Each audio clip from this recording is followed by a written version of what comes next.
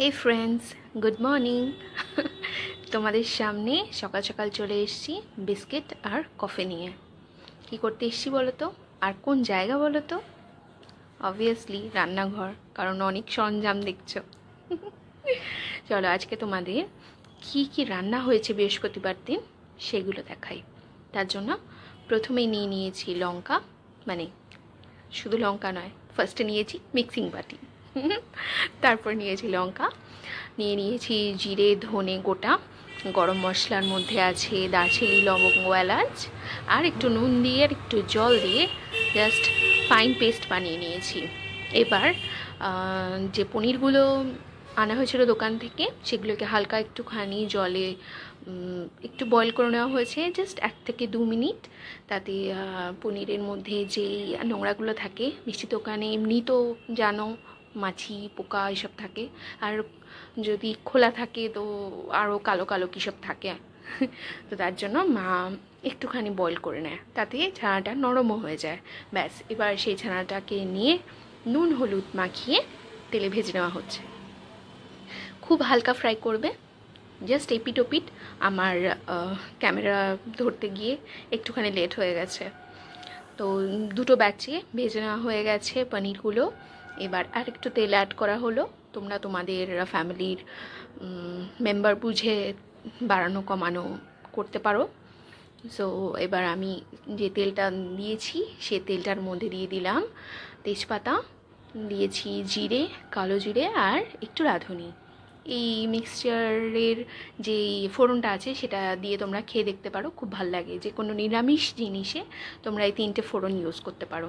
এবার আগে থেকে সেদ্ধ করা লম্বা করে কেটে রাখা আলু ছিল, সেইটাকে ভেজে নেওয়া হয়েছে। ভেজে নেওয়ার পরে যেই পেস্টটা বানিয়ে নিয়েছিলাম, যে লঙ্কার পেস্ট জিরে ধনে, সেটাকে একটু পাতলা করে নিয়ে মিক্স করে দিলাম। মিক্স করে ওর মধ্যে নুন হলুদ আর একটু গুড় দিয়েছি। এবার আলুর সঙ্গে ভালো করে কষিয়ে নিচ্ছি। ভালো করে এবার কষিয়ে নেওয়া হচ্ছে। যখন দেখবে নিচটা একটু একটু লেগে যাচ্ছে তখন কিন্তু একটু জল অ্যাড করে নিও। ওর পেস্টের মধ্যে আমি আদা দিইনি, কারণ আদাটা আলাদাভাবে বাটা ছিল, তো সেখান থেকে আলাদা করে আদাটা দিয়ে দিলাম। এবার যখন দেখলাম তেলটা ছেড়ে আসছে তখন একটু জল দিয়ে আমি নাড়িয়ে চাড়িয়ে নিয়ে পরিমাণ মতো জল দিয়ে দিলাম, যাতে ঝোলটা বয়েল হয়। এর মধ্যেখানে আমার যে কিচেন গার্ডেন আছে, অ্যাকচুয়ালি আমার না, আমাদের যে কিচেন গার্ডেন আছে সেটা দেখাচ্ছি। ফার্স্টে যে পাতাটা দেখালাম সেটার নাম হচ্ছে খারকুল পাতা, তারপরে পুঁই শাক, তারপরে দেখো এখানে লঙ্কা, নয়নতারা, অ্যালোভেরা, প্রচুর লঙ্কার গাছ মা লাগিয়েছে। এখানে একটা কুমড়োর গাছও আছে।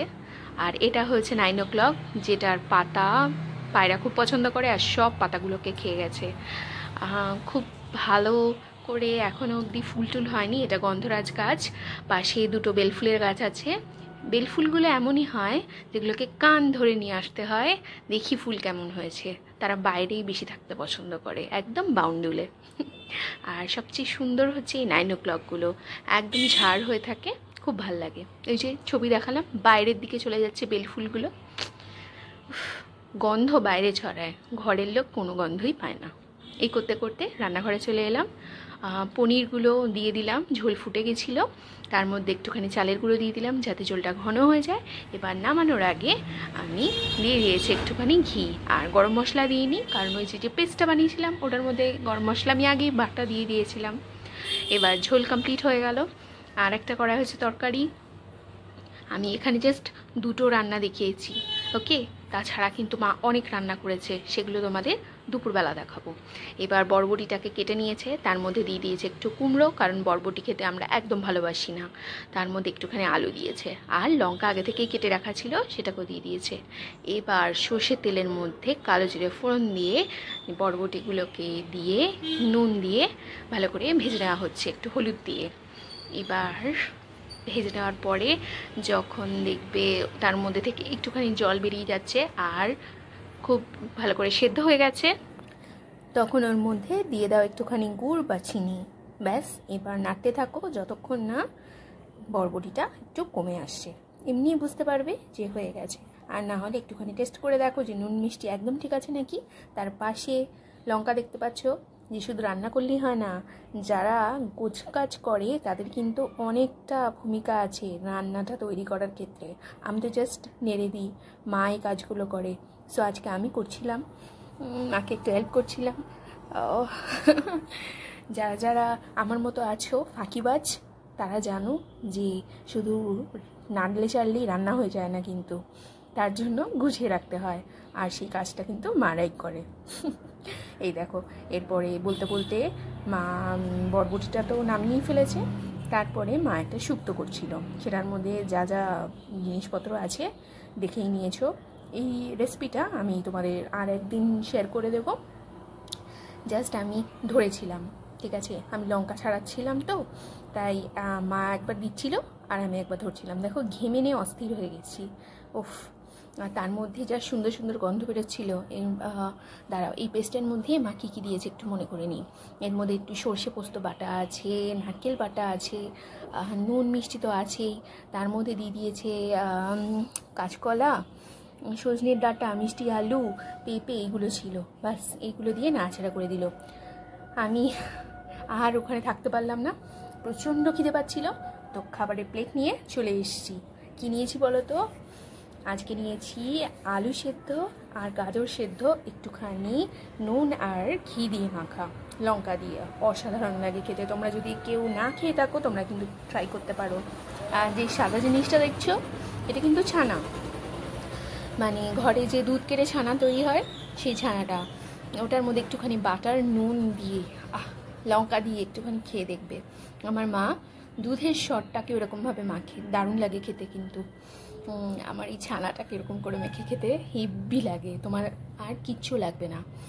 ব্যাস, আমি একটা কামড় লঙ্কা খাচ্ছি আর এগুলো খাচ্ছি। লঙ্কাগুলো ছোটো হলে কী হবে, প্রচণ্ড ঝাল, যা ভালো লাগছে না বাটার দিয়ে খেতে, অসাধারণ।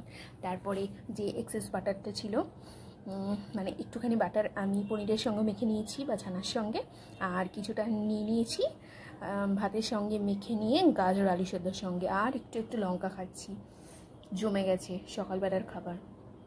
এই খাবার খেতে খেতে মানে আর কি দুপুরের খাবার খায় বলো, অসাধারণ লাগছিল খেতে। আর এখন যে আমি তোমাদের সাথে কথা বলছি না, আমার মুখ থেকে জল পড়ছে পুরো।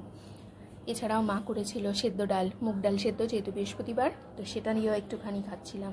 মা বললে একটু দিই, খেয়ে দেখ কীরকম হয়েছে। তো সব কিছু দিয়ে আবার ডাল দিয়ে মেখে নিয়েছি। খেতে কিন্তু দারুণ লাগছিল।